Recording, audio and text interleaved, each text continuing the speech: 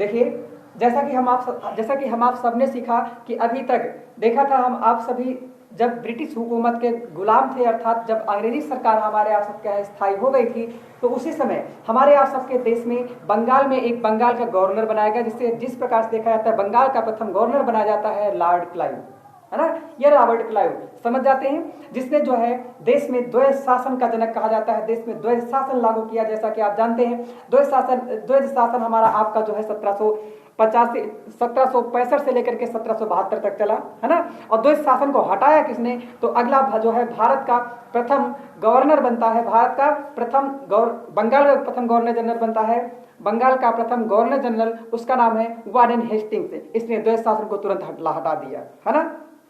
द्वैध शासन को तुरंत हटा दिया। वारेन हेस्टिंग्स को और क्या कहा जाता है, वारेन हेस्टिंग्स आप जानते हैं 1773 के तहत सन 1773 के रेगुलेटिव एक्ट के द्वारा ये बनाया गया था। इसने द्वैध शासन को समाप्त कर दिया, ठीक है, और प्रत्येक जिले में फौजदारी व दीवानी अदालत की स्थापना कर दी। जैसा कि आप जानते हैं फौजदारी और दीवानी अदालत, इनको सब जानते हैं ना, इसकी स्थापना कर दी किसने की, वारेन हेस्टिंग्स ने। और ये सब जानते हैं 1773 के तहत सन 1774 में जो है कलकत्ता में हाई कोर्ट की स्थापना की गई ना, हाई कोर्ट की स्थापना की गई। और इसी समय आप जानते हैं, इसी समय प्रथम आंग्ल मराठा युद्ध सन 1775 से लेकर के 1782 तक हुआ। और प्रथम आंग्ल मराठा युद्ध समाप्त कैसे हुआ था, इंपॉर्टेंट सवाल है। प्रथम आंग्ल मराठा युद्ध आपका जो है सालबाई संधि से समाप्त होता है, किससे, सालबाई संधि से, ठीक है। प्रथम आंग्ल मराठा युद्ध सालबाई संधि से समाप्त होता है। और इसी समय अर्थात वारेन हेस्टिंग्स के समय में ही द्वितीय आंग्ल मैसूर युद्ध हो जाता है। द्वितीय आंग्ल मैसूर युद्ध कब होता है, द्वितीय आंग्ल मैसूर युद्ध आप याद रखेंगे, ये 1780 से लेकर के 84 के मध्य हो रहा है। ये आंग्ल कहे तो कर्नाटक, और ये समाप्त किससे हुआ, सन 1784 में जो है मैंगलोर संधि के तहत ये समाप्त हुआ था, ठीक है, मैंगलोर संधि के तहत समाप्त हुआ था। इसी समय जानते हैं बोर्ड ऑफ रेवेन्यू की स्थापना की गई सन 1982 में। आप जानते हैं यही पागल ऐसा था जिसके ऊपर बर्क नामक व्यक्ति ने जो है क्या किया, संसद में अर्थात ब्रिटिश पार्लियामेंट में क्या चलाया था, महाभियोग चलाया गया था। कौन सा ऐसा जो है भारत बंगाल का गवर्नर था जिसके ऊपर, गवर्नर जनरल था जिसके ऊपर महाभियोग चलाया गया, वह आंसर आप याद रखेंगे, वारेन हेस्टिंग्स, याद रखेंगे, वारेन हेस्टिंग्स चलाया था। इस प्रकार से सब जानते हैं। तो बर्क ने क्या चलाया था, बर्क ने क्या चलाया इन पर, महाभियोग, किस पर, वारेन हेस्टिंग्स पर, लग जाएगा। चलिए आइए हम आज दूसरे नंबर पर, जैसा कि आप जानते हैं दूसरे नंबर पर जो बना था, क्या नाम था, उषा फर्सना ऐसे कुछ करके नाम था, क्या था, फर्सन ना, फर्सन, कोई बात है, छोड़ो। अगला ये बन गया था लॉर्ड कॉर्नवालिस, इंपॉर्टेंट है, समझिए। दूसरे नंबर पर बना था, कौन बना था, इसका नाम है लॉर्ड कॉर्नवालिस। दूसरे नंबर पर कौन बना, लॉर्ड कॉर्नवालिस। लॉर्ड कॉर्नवालिस है कौन, ये बंगाल का गवर्नर जनरल है। तो बंगाल का दूसरा गवर्नर जनरल कौन बना, लॉर्ड कॉर्नवालिस, ठीक। पहला कौन था, वारेन हेस्टिंग्स। इंपॉर्टेंट सवाल है, बंगाल का प्रथम गवर्नर रॉबर्ट क्लाइव, बंगाल का प्रथम governor general Warren Hastings, Bengal का दूसरा गवर्नर जनरल लॉर्ड कॉर्नवालिस, याद रखोगे। लॉर्ड कॉर्नवालिस का जो है शासनकाल होता है सन 1786 से लेकर के 93 तक। इनके बीच में क्या क्या इंपॉर्टेंट है, देखो। तो पहली बात तो इसे सिविल सेवा का जनक कहा जाता है, ठीक, सिविल सेवा का जनक कहा जाता है। सिविल सेवा कहे तो ये डीएम वगैरह सब जो बनते हैं, सब किसने भारत में प्रारंभ किया, उसका नाम यह रखेंगे, लॉर्ड कॉर्नवालिस। अच्छा, आगे पुलिस व्यवस्था का जनक कहा जाता है भारत में। तो भारत में पुलिस व्यवस्था का जनक किसे कहा है, जो वर्तमान पुलिस प्रणाली देखते हैं, ये सब कौन कहा जाता है, ये। और आपको बताएं भारत में कॉर्नवालिस संहिता चलती है, क्या चलती है, कॉर्नवालिस संहिता। ये कॉर्नवालिस संहिता जो प्रारंभ होती है, जिसको हम आज भारत में दंड दिया जाता है, दंड, जिसको हम कहते हैं सीआरपीसी। सीआरपीसी का नाम सुनते होंगे, जैसे कहते हैं जो है आईपीसी कहते हैं इंडियन पैनल कोड। जैसे एक मूवी देखो, उसमें कहता इंडियन पैनल कोड धारा फला फला के खिलाफ, धारा फला फला के तहत इनको जो है क्या किया जाता है, फांसी सजा दी जाती है, 2 साल की सजा दी जाती है, 1 दिन की सजा दी जाती है, इनको बरी किया जाता है। आईपीसी सुनते होंगे ना, इंडियन पैनल कोड, ठीक। तो ये सब किसकी देन है, इसी की देन है। वर्तमान में न्यायिक व्यवस्था किसकी देन है, इसकी देन है। जो हमारे यहाँ सबके यहाँ वर्तमान में देखा जाता है ना, ये जो पढ़ते हो संविधान पढ़ते हो ना, ये संविधान ये तो है ये, और जो ये जैसे सीआरपीसी, ठीक, आईपीसी, ये सब व्यवस्थाएं क्या है, ये क्रिमिनल संबंध रखती हैं, और ये हमारे आपके वास्तविकता संबंध रखते हैं जनरली। जैसे कहो कि जमीन वमीन को हथिया लिया है ना, को मर्डर कई डावे, ये सब कहाँ है, सब ये सब क्या है, कानून की, ठीक। तो ये सब व्यवस्थाएं किसके देन है, लॉर्ड कॉर्नवालिस से, याद रखे रहोगे। तो ये लॉर्ड कॉर्नवालिस कहते हैं। तो पुलिस व्यवस्था का जनक किसे कहा जाता है, लॉर्ड कॉर्नवालिस, क्योंकि पुलिस वाला ये सब चीज जानकारी है चाहिए ना, दरोगा बनेगा तो जानकारी रहना चाहिए ना, नहीं मान लो पता दरोगा बन जाए उसके बाद नफलवा का काटते हो, गड़बड़ करते हो, लग जाएगा। जिले के सभी अधिकार कलेक्टर के हाथ में हो गए, यानी जो कलेक्टर के हाथ में, जो जिले के सारे अधिकार किसके हाथ में हो गए, कलेक्टर के अधिकार में। एक सवाल है आपसे कि कांग्रेस की स्थापना करने वाला, कांग्रेस की स्थापना करने वाला जानते हैं आप, एक कलेक्टर ही था, उसका क्या नाम है, एओ ह्यूम। क्या नाम है, एओ ह्यूम, एलन ऑक्टेवियन ह्यूम। ये कहाँ का कलेक्टर होता है भैया, जब ये कांग्रेस की स्थापना करता कहाँ करता है, तो वो आपका इटावा का, कहाँ का, इटावा का जो क्या होता है, कलेक्टर होता है कि नहीं, इसे आप जानते हैं। इसी के समय में तृतीय आंग्ल मैसूर युद्ध हुआ है। तो इंपॉर्टेंट सवाल है, तृतीय आंग्ल मैसूर युद्ध कब हुआ है, तो आप याद रखेंगे 1790 से 92 के बीच में चला है। ये आप सिविल आदि की परीक्षाओं में बैठोगे तो सवाल आपके सन मिलाने के लिए आते हैं। एक सवाल आता है, 4 ऑप्शन रहते हैं, उसमें रहता है कौन गलत है, मिलान करना रहता है, ये उसमें सवाल डेट्स आते हैं ये सवाल, ठीक है, क्योंकि इनमें बड़ा कंफ्यूजन रहता है, याद रखे रहेंगे। बताओ द्वितीय आंग्ल मराठा युद्ध कब हुआ,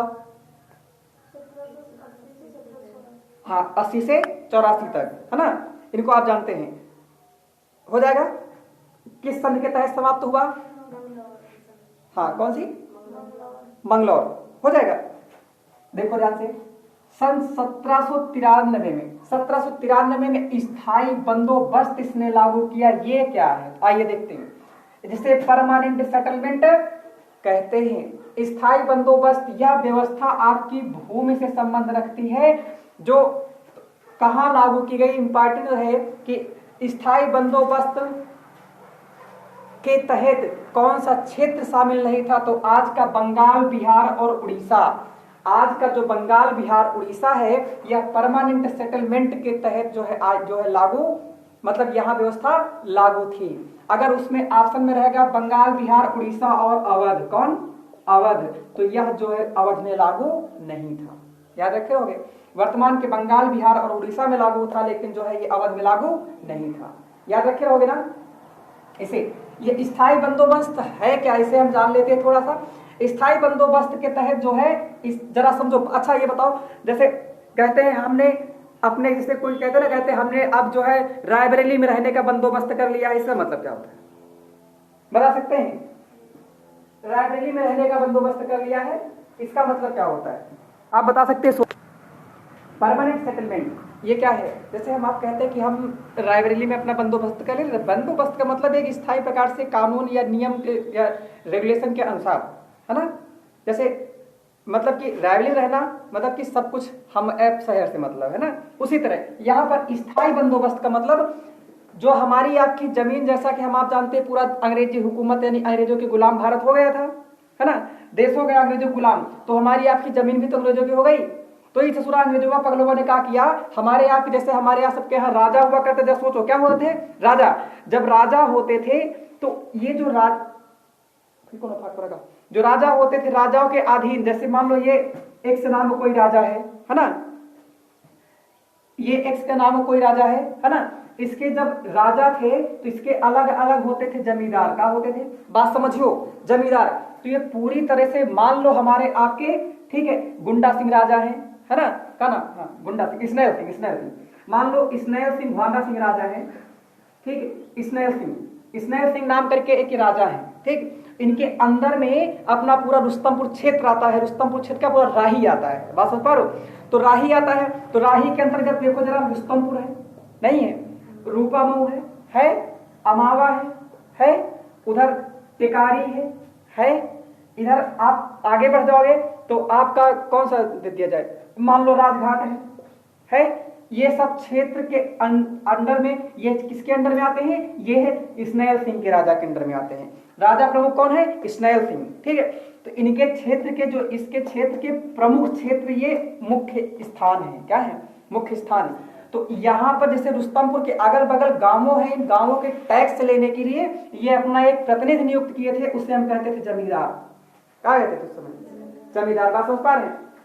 वही तरह रूपमऊ क्षेत्र में भी एक व्यक्ति था, ये भी व्यक्ति था, ये भी टिकारी क्षेत्र में था, ये भी अलग अलग राही क्षेत्र में था। हर जगह एक एक अपना प्रतिनिधि नियुक्त किए थे, उसे क्या कहते हैं? जमींदार। क्या कहते हैं? जमींदार। बात समझ पाए? जैसे आप ज्यादा ना समझें, आप सब क्षेत्रीय हैं, आप इतना जानेंगे, हमारे गांव जैसे प्रधान जी हैं, मानो हमें गांव प्रधान जी हैं, है ना? ये प्रधान जी आपन हमरे गांव में 5 प्रोवा लागत 5 प्रोवा में आपन कमाए खाए खातिर एक एक जमींदार नियुक्त किए हैं। समझ पा रहे हो? ऊपर उबरते बांस देखो, सही स्टेटमेंट है उनका। ठीक है, ये हमें गांव में देने हैं, ये दूसरे गांव है, ये बगल वाले गांव है, अलौदीपुर में है। ठीक, हर एक पुरवन में एक एक जमींदार नियुक्त किए हैं आपन। समझ पाओ ना? इस अपना बड़े बड़े महान राजा समझते हैं। समझ पा रहे हो? हाँ, सही बात भी है, क्योंकि राजा है भी कहाँ? ग्राम सभा का, है ना? राजा राजा जैसे हमने बताया, हमारा आपका शरीर खुद एक राजा है कि नहीं? हमारा आपका मन राजा है किसका? हमारे आपके शरीर का, नहीं का? आप उसके वशीभूत हुए गए काम से, वायाल इनका मन समझो कहाँ का? ग्राम सभा का। ठीक है, तो इनके हमारे गांव में कुछ खाए पिए वाले हैं जिनको जमींदार कहते हैं, तो हर जगह हैं। ठीक है, इस सबका कहें कमाओ खाओ, तो सारे काम करो, लेकिन सबका बागडोर किसके हाथ में? इनके हाथ में। ठीक उसी प्रकार से ये राजा के हाथ में सारी बागडोर इनकी होती थी। उसी प्रकार से अब राजा तो हटा करके इनका स्थान किसने ले लिया? अंग्रेजों ने। किसने लिया? अंग्रेजों ने। और अंग्रेजों ने ले लिया, अंग्रेज इनकी जगह बैठ गए, अंग्रेजों बैठ गए, फिर यह व्यवस्था चल रही रहेगी, है ना? तो अंग्रेजों ने इनसे सबसे कहा सब जने पैसवा लेके आयो। अब इनका दिया लालच, कहा तुम जितना वसूलोगे, अगर तुम 10 भाग वसूलो तो 10 भाग में से 1 भाग तुम्हारा है, 9 भाग हमारा है। इतनी बात समझ पाओ? अगर कहा मतलब अंग्रेजों ने इनसे जमींदारों से कहा कि अगर तुम 10 रुपया टैक्स जनता से वसूलो, टैक्स हो जानते हो ना, 10 रुपया टैक्स वसूला जनता से, तो वही में से 9 रुपया हमका दे दिए, 1 रुपया अपने पास रखो। बात समझ पा रहे हैं? तो जरा सोचो, अब यहां से जमींदार लूटमारी नहीं शुरू करेंगे, क्योंकि भाग निश्चित हो गया ना। भाग निश्चित हो गया, भाग ये निश्चित हो गया कि जितना ज्यादा भाग वसूलेंगे उनमें से 9 भाग तो देना है, 1 भाग तो इनके है ना। तो 10 रुपया वसूले, 1 रुपया मिलेगा। अगर 100 रुपया वसूले तो यह 10 रुपया ना बदल जाएगा? बदल जाएगा। अगर 10,000 वसूले तो यह 1,000 में बदल जाएगा? नहीं हो जाएगा।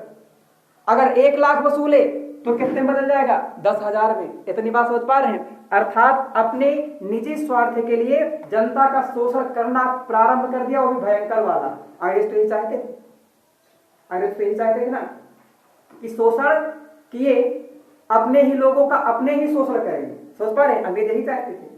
ठीक है, इस प्रकार से देश में दरिद्रता व्याप्त होने लगी। बात समझ पा रहे हैं? यह व्यवस्था जो कहलाई, इसी को हम कहें स्थायी बंदोबस्त, यानी परमानेंट सेटलमेंट।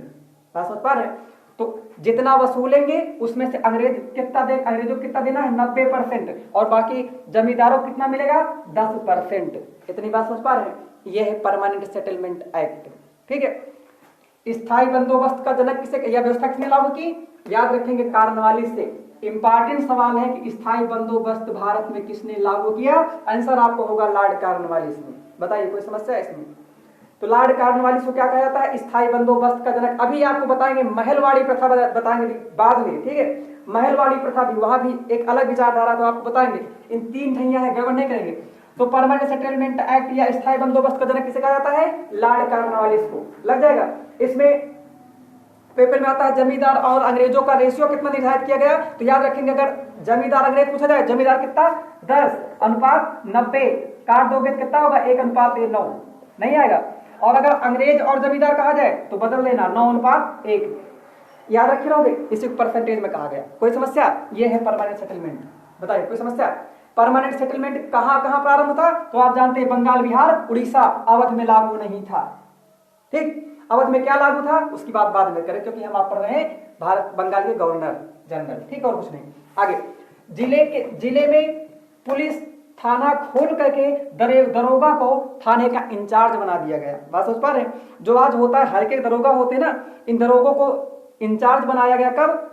इस व्यवस्था के तहत, ठीक है। तो इसको छोड़ो, आज के लिए इसमें से इंपॉर्टेंट क्या है, स्थायी बंदोबस्त बड़ा महत्वपूर्ण है। किससे संबंध रखता है, भूमि कर से, यानी भूमि टैक्स से। कहां लागू था, बंगाल, बिहार, उड़ीसा। तृतीय आंग्ल मैसूर युद्ध कब हुआ, तो आप जानते हैं सन 1790 से लेकर 92 के बीच में। पुलिस सेवा का जनक किसे कहा जाता है, कॉर्नवालिस।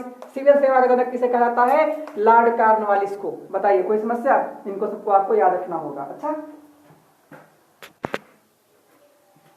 एक सवाल याद रखेंगे, अगर कभी आपसे सवाल यदि पूछ लिया जाए करंट की दृष्टि से कि यूक्रेन जब देश बना था 1991 में, तो सर्वप्रथम इसने अपना दूतावास कहां खोला, तो ये सर्वप्रथम अपना दूतावास अपने भारत में खोला। कहां, भारत में। इंपॉर्टेंट सवाल है कि यूक्रेन ने सर्वप्रथम अपना दूतावास कहां खोला, भारत में। दूतावास का जनक किसे कहा जाता है, तो भारत में दूतावास का जनक टीपू सुल्तान कहा जाता है। किसको, टीपू सुल्तान कहा जाता है। याद रखेंगे, टीपू सुल्तान का स्टेटमेंट इसने कहा था कि 100 दिन भेड़ की तरह जीने से अच्छा है एक दिन शेर की तरह जिया जाए। याद रखेंगे, किसने कहा था, याद रखेंगे। इसी तरह हमारे यहाँ कारगिल युद्ध हुआ था। कारगिल युद्ध के समय में अमेरिका जो पूरी तरह से क्या था, भारत के खिलाफ में था। और भारत के खिलाफ में जब था तो पूरी तरह से परमाणु बम लेकर के, सुपर जहाज लेकर के चला आया था। किसके खिलाफ में, भारत के खिलाफ में। पाकिस्तानी तरफ से, हमारे यहाँ की तरफ से रूस खड़ा था, कहा ठीक है आओ बच्चा। तो भारत सरकार को कहा था, अमेरिका ने कहा कि तुम भैया सरेंडर कर दो, नहीं तो हम क्या करेंगे, तुम्हारे ऊपर परमाणु बम छोड़ देंगे। अटल बिहारी सरकार अपने जो है जीता जागता शेर, है ना, शेर, जीता जागता शेर। जैसा कि आप जानते हैं भारत में ही ऐसे व्यक्ति थे, एक डॉक्टर कलाम थे, एक जो है अटल बिहारी वाजपेयी थे। ये दोनों महत्वपूर्ण जोड़ी कही जाती है। दोनों के नेतृत्व में जो है देश में क्या हुआ था, परमाणु परीक्षण हुआ था, है ना। और पूरी दुनिया ने हम आपका बहिष्कार कर दिया, समझ पा रहे हैं। प्रतिबंध लगाया था कि देश में परमाणु परीक्षण भारत नहीं कर सकता, ठीक है, परमाणु संपन्न देश नहीं बन सकता। लेकिन दोनों की जोड़ी ने, बिहारी और डॉक्टर कलाम जी के इन दोनों की जोड़ी ने परमाणु परीक्षण किया। पूरी दुनिया ने बहिष्कार कर दिया देश का, अपने भारत देश का सब विरोध करने लगे। लेकिन रूस साथ खड़ा था, कहा नहीं तुमने ठीक किया है। बात समझ पा रहे हैं। तो हम रूस को कैसे भूल सकते हैं, रूस परम मित्र, है ना। रूस is the best friend world, है ना। कहाँ का, दुनिया का सबसे बेस्ट जो है क्या है, बेस्ट मित्र है कि नहीं। इस तरह अमेरिका गद्दार है, धोखेबाज है। बात समझ पा रहे हैं, इसे आप याद रखेंगे, ठीक। इस तरह गंधैला समझ लो कि अमेरिका ऐसा गंधैला काम किया है कि हमारे आपके देश में फूड क्राइसिस आया था। हमारे आपके यहाँ हमने आपको बताया गेहूं नहीं था ना, गेहूं नहीं था, इस तरह से गेहूं कहा गया, गेहूं खरीदा, पैसा हमसे लिया, दूसरा दिया कौन, सुअर को खाने वाला गेहूं। जो गेहूं सुअर खिलाते ना हमारे सबके यहाँ, वही तरह के जो भैंसियों का चलौना नहीं खिलाया जाता, इतना गंधैला दिया था। तो कैसे गद्दार को हम बोल सकते हैं, सही ना।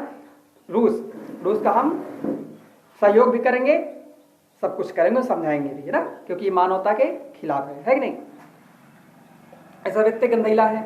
तो ये इनको आप याद रखे रहेंगे, ठीक है। तो हाँ, तो अटल बिहारी वाजपेयी ने कहा था ठीक है, परमाणु बम बहाओगे, हम पूरा हिंदुस्तान देने के लिए तैयार हैं, लेकिन याद रखना अगले दिन का सूरज पाकिस्तान नहीं देख पाएगा। सोच पा रहे हैं, इनको सब याद रखे रहेंगे कि हम पूरा हिंदुस्तान खोने के लिए तैयार हैं, लेकिन अगले दिन का सूरज पाकिस्तान नहीं देख पाएगा। यह स्टेटमेंट किसका है, तो हमारे आपके अटल बिहारी मेधा के धनी व्यक्ति अटल बिहारी वाजपेयी जी का है।